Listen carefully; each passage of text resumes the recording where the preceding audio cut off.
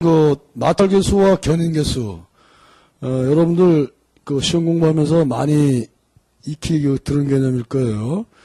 이 마찰계수는 그 노면이 갖고 있는 성질이고 견인계수는 이제 드래그 팩터라고 그래갖고 자동차가 갖고 있는 그 특징이 있어요. 그런 차이가 있다는 거. 결국은 같은 개념인데 그 약간의 그 차이가 있어요. 그래서 이 기계공학 쪽에서는 이제 견인계수란 말이 있는데 토목이나 이런 거 하시는 분 쪽에는 이 견인계수 개념을 잘 이해를 못 하는데 하여튼 다르다. 쉽게 얘기하면은 이 교탁이 여기 지금 노면이잖아. 그죠? 이 노면에 그 거칠기 비율이 있을 거라고요. 그렇지만 여기다가 자동차를 올려놓으면은 자동차 승용차다. 네 바퀴가 다 제동이 돼서 걸렸을 때는 이 노면의 마찰계수로 가는데 이 네 바퀴 중에서 두 바퀴가 완전히 걸리고 두 바퀴는 뒤에 두 바퀴는 후리롤링 한다고 그러면은 이 노면 자체의 마찰계수를 적용하면 안 되겠죠. 그래서 그런 뉘앙스 차이가 있어요. 그래서 이제 마찰계수 하고 견인계수 이제 적용인데 감속하는 힘이다. 그 다음에 이제 노면이 이제 평탄할 때 아까 우리 경사도 배웠죠. 오르막구비 내르막구비 할 때 이게 평탄할 때 수평일 때는 그러니까 엄밀하게 얘기하면 이제 견인계수는 자동차 쪽의 개념이거든요. 노면의 마찰계수에다가 플러스 마이너스 경사도 그레이드 경사도란 말이야. 이게 노면이 평탄하다고 하는 건 뭐예요? 이게 평탄하다고 하면은 요 값이 0이잖아. 그죠? 0%, 0도. 그 0 넣으면 어떻게 돼? 0이죠? 그러니까 견인계수하고 마찰계수 같아요. 아까 우리 오르막 경사 있었죠? 제가 예를 들은 게 5% 경사라고 예를 들었단 말이야. 이거는 이제 5%니까 숫자로 나타내면 100분의 5니까 0.5가 되죠. 오르막 경사다 그러면 오르막에는 이거 넣어줘야 돼요. 그럼 여기 0.05가 되겠죠. 그러니까 실례를 들어보면은 우리가 건조한 도로에서 승용차 마찰계수를 보통성 0.8로 쓰거든요. 그럼 오르막길 0.5%다 그러면 플러스 0.05 해갖고 0.85. 요 견인계수가 이렇게 보정이 돼야 돼요. 내리막길은 내리막길 이렇게 되고요. 그 다음에 이제 자동차의 타이어가 모두 잠기지 않았을 때, 그러니까, 쉽게 나타나면은 승용차, 요게 바퀴가 4개잖아, 승용차. 이렇게 4개인데, 급제동을 하면은 잠겼단 말이에요. 쫙 그거 드럼, 바퀴를 물겠죠? 딱 걸렸다. 이게 안 돌아가요. 안 돌아가는데 얘들은 돌아가. 후리롤링. 그러면, 그러니까 우리가 원래 개념은 이게 전부 다 잠기면은 얘가 0.8, 얘가 0.8, 이게 0.8, 0.8 해서 원래는 0.8 곱하기 0.8을 4개를 더해요. 해갖고 바퀴수가 4개다. 이렇게 계산해야 되는 거거든요. 이게 얼마야? 0.8이잖아요. 이 개념인데 여기 앞바퀴만 잠기고 뒷바퀴는 후리롤링 한다. 후리롤링이라고 하는 건 이제 그 구름저항계수라고 하는 거 있죠.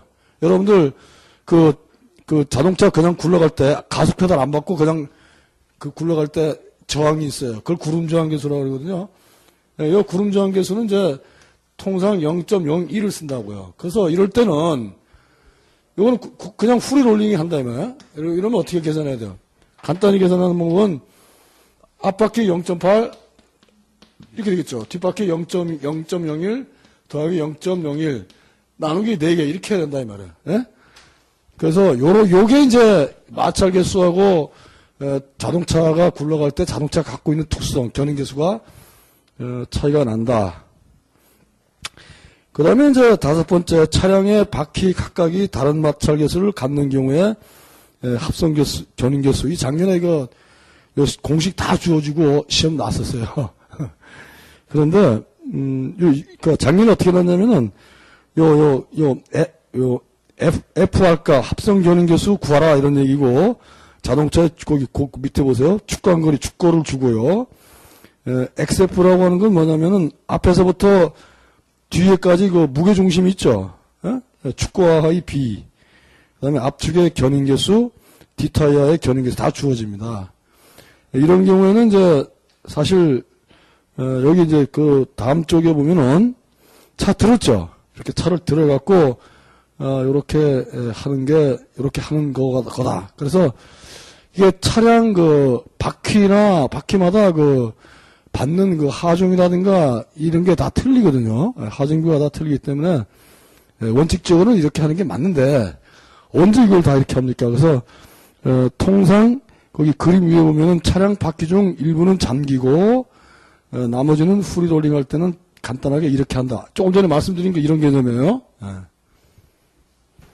그 다음에 이건 이제 지금까지 말씀드린 건 자동차 진행 방향으로 제동운적 종방향으로 미끄럼 마찰 개수를 말씀을 드렸는데 자동차가 옆으로 또 돌죠. 그죠? 코너링 할 때 옆으로 돌잖아요.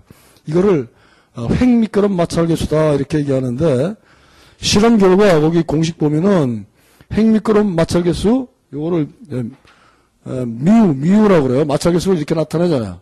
종막 마찰 개수 진행 방향 요 다시는 옆으로 미끄러지는 횡미끄럼 마찰 개수인데 실험을 해보면은 여기 0.0, 0.97의 미우에다가 더하기 그래서 횡미끄럼 마찰 개수는 요런 식으로 나타나는데 통상 정미끄럼 마찰 개수하고 같이 씁니다. 우리가 뭔 얘기인지 아시겠죠? 이렇게 해도 무난하다.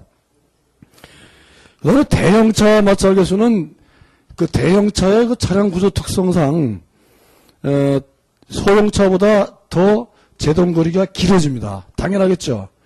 그 바퀴 그 대형 화물차 같은 경우에는 그 무게 중심이 높고 또 화물 같은 걸 적재하다 보면 제동거리가 길어진다. 제동거리가 길어진다고 하는 건 마찰력이 마찰 개수값이 그만큼 소형차보다 작다. 그래서 이 대형차 마찰 개수 값은 이제 실험 결과 여러 가지 실험 예가 있는데 소형차에 75에서 85%를 적용을 합니다. 그러니까 여기 아까 0.8이라 소형차 건조한 도로에서는 0.8로 했는데 0.8에다가 75%, 0.75나 곱하기 0.85 이렇게 해서 우리가 계산을 해요.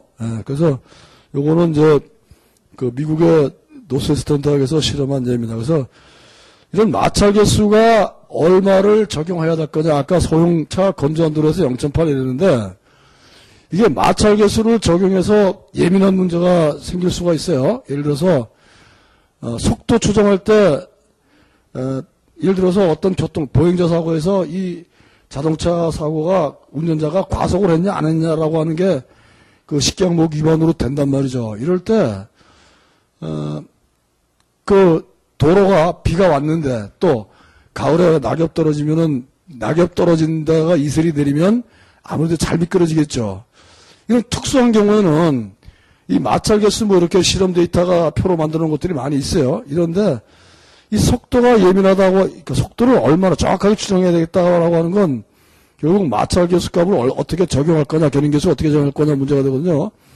요럴 때는 우리가 그 스키드 테스트라고 그래서 이런 그 사고 차량을 가지고 사고 도로에서 실험으로 해서 이 견인 개수값, 마찰 개수값을 역으로 구하는 방법이 있어요. 이렇게 해야 될 거예요. 그래서 그런 거는 나중에 제가 이제 실제로 나옵니다.